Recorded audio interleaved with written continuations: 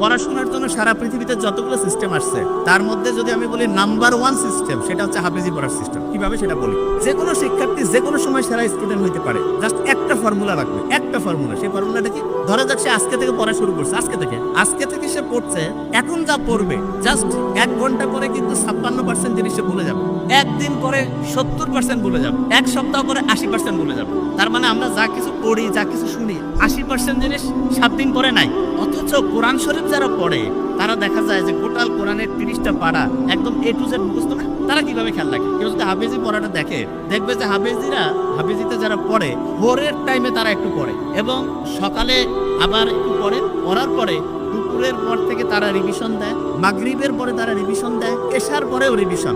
সারাদিনে যে টাইমটা তারা পড়ে ক্যালকুলেশন করলে দেখা যাবে 70% থেকে 80% টাইম তারা রিভিশন দেয়, 70 থেকে 80% টাইম তারা শুধু রিভিশন দেয়। এবং ইন্টারন্যাশনালি বলতেছে যে একটা স্টুডেন্ট অসাধারণ হবে যদি সে দৈনিক যে পরিমাণ টাইম পড়ে তার 70% টাইম সে যদি রেগুলার রিভিশন দেয় তাহলে সে অসাধারণ স্টুডেন্ট হবে। এবং একটা স্টুডেন্ট যখন হচ্ছে যে হাফেজি পড়ে তখন তার ব্রেইনের মধ্যে কিন্তু একটা আলফা ওয়েভ তৈরি হয়, আলফা ওয়েভ। এবং এই ওয়েভটা এমন, একটা পৃষ্ঠা পড়তে লাগতেছে ধরলাম যে 10 মিনিট।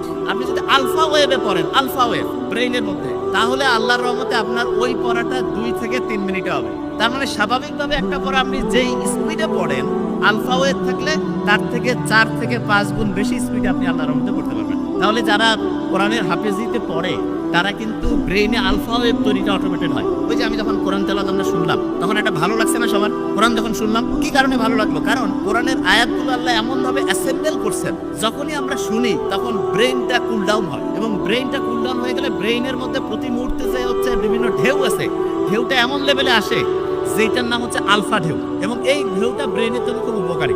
দেখেন সায়েন্স যে আবিষ্কার হচ্ছে, আপনারা দেখবেন কোরআনে একটা আয়াত আছে যে উটকে আমি কেমনে বানাইছি, এটা কি তোমরা দেখবা না? উট কিছুদিন আগে আবিষ্কার হইলো যে উটের যে চোখের পানি আছে না, এই চোখের পানির মধ্যে এমন এক রকমের মেডিসিন আছে যেটা প্রায় 30 রকমের সাপের যে বিষ সেটাকে নিষ্ক্রিয় করতে পারে। ওই যে রাসেল ভাইপারের নাম শুনলাম না, খুব আলোড়ন সৃষ্টি করছিল।